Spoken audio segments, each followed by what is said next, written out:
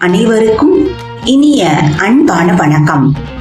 இவ்வுலகில் பிறந்த ஜீவாத்மாக்கள் அனைவரும் ஏதாவது ஒரு காலத்தில் அந்த பரமாத்மாவோடு இணைந்துதான் ஆக வேண்டும் என்பதை பற்றி விளக்கும் எளிய கதை. மரணத்தோடு ஒரு மனிதனின் வாழ்க்கை முற்று பெறுவதில்லை, அது மேலும் மேலும் தொடர்கிறது. யாருக்கு மறுபிறவிகள் ஏற்படாது என்ற சந்தேகம் அனைவருக்கும் இருக்கும். இது சாஸ்திரங்கள், கருட புராணம், கட்டோபநிஷதம் போன்றவை மறுபிறவி பற்றிய சில செய்திகளை குறிப்பிடுகின்றன.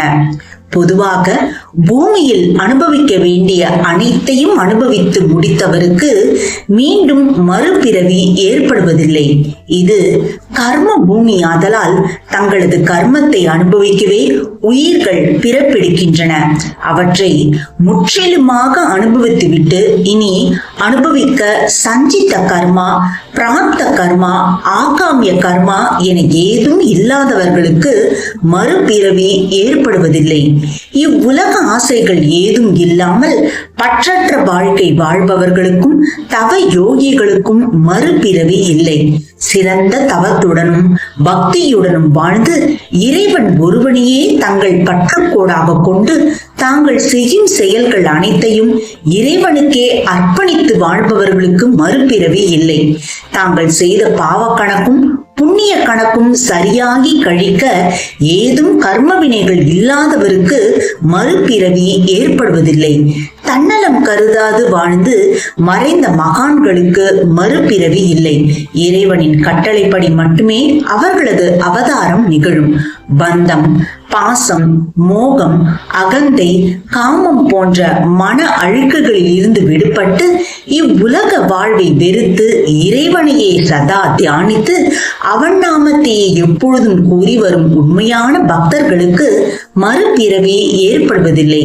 எல்லா ஆசைகளும் தீர்ந்தாலும் சில கர்ம எச்சங்களை மட்டுமே கழிக்க இயலாமல் அதற்கேற்றவாறு உடல்நிலை, ஆயுள் நிலை இடம் தராது இறந்து போனவர்கள் மீண்டும் பூமியில் மறுபிறவி எடுக்கிறார்கள். அவர்கள் சில காலம் மனிதனாகவோ அல்லது மிருகங்களாகவோ வாழ்ந்துவிட்டு தங்களது கர்ம கணக்குகளை நேர் செய்த பின்னர் மரணிக்கிறார்கள். அவர்களுக்கு மீண்டும் மறுபிறவி என்பது ஏற்படாது.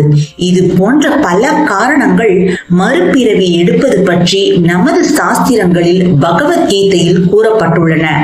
நமது சாஸ்திரங்கள் கூறும் முறைப்படி பரமாத்மாவில் இருந்து பிரிந்து வந்து இவ்வுலகில் பிறந்த ஜீவாத்மாக்கள் அனைவரும் ஏதாவது ஒரு காலத்தில் அந்த பரமாத்மாவோடு இணைந்துதான் ஆக வேண்டும்.